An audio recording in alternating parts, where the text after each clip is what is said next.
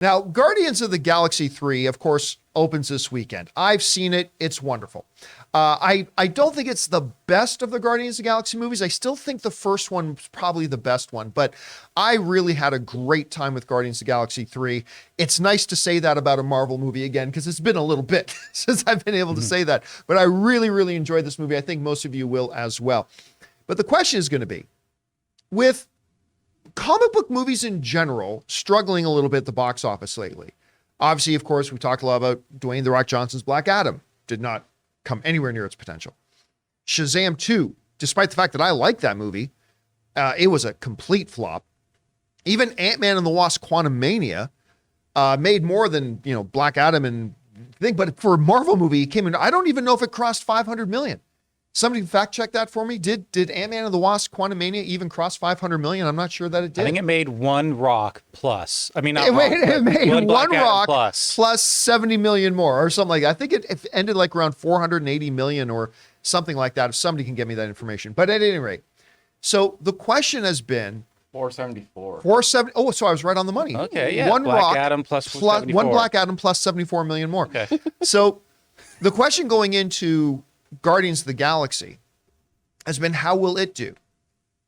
Because there has been this false idea going around that, the reason the box office for some of these comic book movies is because of comic book fatigue. That's ridiculous. That has nothing to do with it. Because if it had to do with comic book fatigue, well, it would have set in 7 years ago. No. It is not a coincidence that we've started to see declining box office with these comic book movies at the exact same time that we've seen generally a declining quality of the box office or the quality of the comic book movies. There is a direct correlation.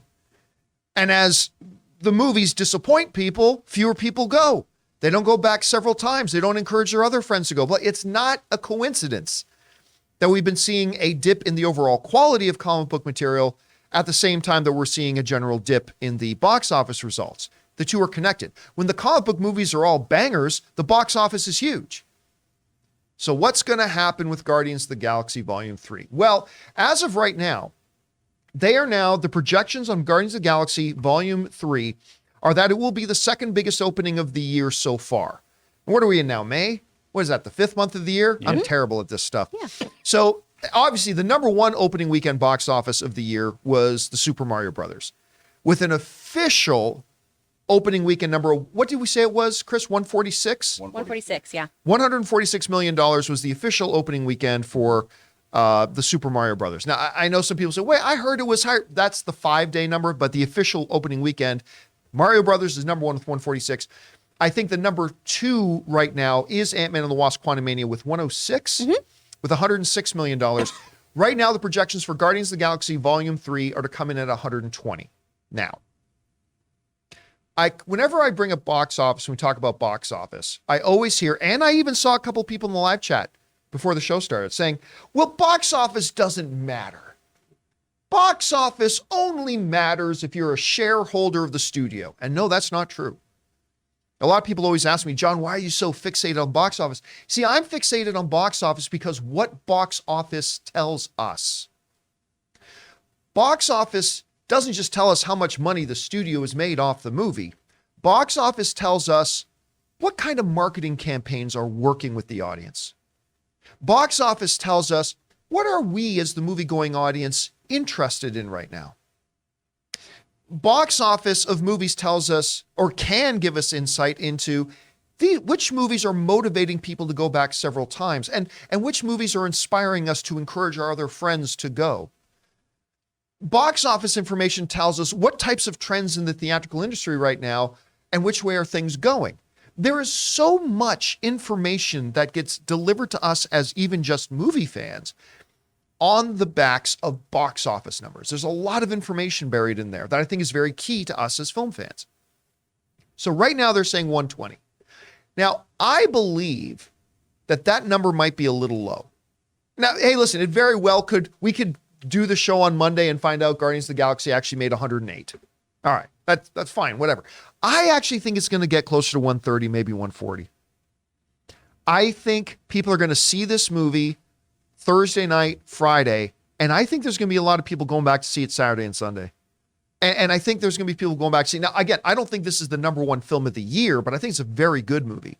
And in what has been a dry period for comic book movies in terms of quality, I think a lot of people are going to go see Guardians of the Galaxy 3 and feel really refreshed of having a really good quality, again, not top 5 comic book movie of all time or anything like that, but a really good quality, exciting, fun, emotionally moving comic book film. And then I think the people that are going to benefit most from Guardians of the Galaxy having some success like that is going to be The Flash. I think people are going to get back into the movie saying, all right, comic book movies can be great. We forgot about that. They can be fun. They can be interesting. They can have emotional depth. They can have all that stuff. And then they're going to go out and see Flash as well. So if it can open to 120 million, I think that would be a very good start for Guardians of the Galaxy. Now, I saw some conversations going on in the live chat with somebody saying, well, even if 120, that's not too far ahead of Ant-Man and the Wasp: Quantumania, and that was a box office disaster. So it'll be a disaster for Guardians of the Galaxy 3 if it opens to 120 million. There's a big difference. Ant-Man and the Wasp: Quantumania sucked, and people didn't want to go back to see it again. Although that's a matter of opinion, of course. There's somebody in this room who quite liked Ant-Man and the Wasp: Quantumania. Jonathan liked that movie. I mean, and there are others who do as well. But I'm just saying it's a matter of opinion. But I think you're going to find one of the big differences that Ant-Man and the Wasp: Quantumania could have done just fine at the box office, even with a $106 million opening, if people liked it. Yeah. And if they went back to it, and if they told other people about it. That is going to be the big difference. So if Guardians of the Galaxy can open with 120, 130 million, I think that is them being off to a great start. Great start, considering the slump the genre has been in of late. Anyway, Chris, you're going to go see Guardians of the Galaxy 3 tonight. Yes, I'm seeing it today at 3 Regal 40X. I wish I was sitting beside you, or wish there was at least a I'm so webcam on you during I'm watching so it. excited about it. And I get to go with Logan too, which is going to be so great because he loves things so much and like suspends his disbelief in such a way that makes it so fun to watch movies with him. But I'm thrilled about seeing this. I think it's going to do really well. I mean, it's the last in this particular trilogy, right? This last of these Guardians. There's always an incredible soundtrack. These movies are fun. They're really, really fun. And maybe the second one lost its footing a little bit with ego and everything, which is generally just a very hard villain, in my opinion, to put on screen too. But I'm really, really stoked about this. Everything I've seen looks so great. Hearing how you enjoyed it makes me really, really excited about this too. Yeah. What do you think about the numbers? Do you think, like, go back 2 months ago and ask Chris Carr from 2 months ago, hey, if Guardians of the Galaxy were to open 120 million, is that something Marvel should feel good about, worried about, excited about? I don't know. What do you think? Great about. They should feel great about it because like you were saying, the issue with Ant-Man was, yeah, it started out strong, but then people saw the movie and we all went, this is not so great. Well, not all of us. That's me being hyperbolic, but it didn't do well. And the word of mouth was, hey, this is probably one that you can skip. You don't need to go see this Marvel movie. You know, I feel like this is going to be a film that the word of mouth is going to be fantastic on. People are going to want to go see this. We've got a really, really fantastic cast. We are rounding out the end of this story. I think that box office being around that 120 mark, Disney should feel very good about it, and they should feel good about the trajectory of where they're going with these next few phases. Again, just want to remind people that the number one opening box office weekend this year has been Super Mario Brothers, which is officially at 146. Yeah. That's not too terribly ahead of 120. Chris Pratt's having a good year. Yeah, Chris Pratt's having a very good year. And guess what? That Mario Brothers movie, that if Guardians opens to 120, only opened officially at 26 million more, that movie's in the $1 billion club. Now, I am not saying that I think Guardians of the Galaxy 3 is going to join the $1 billion club. Let's be clear about that. But I think it would be a really good start for them.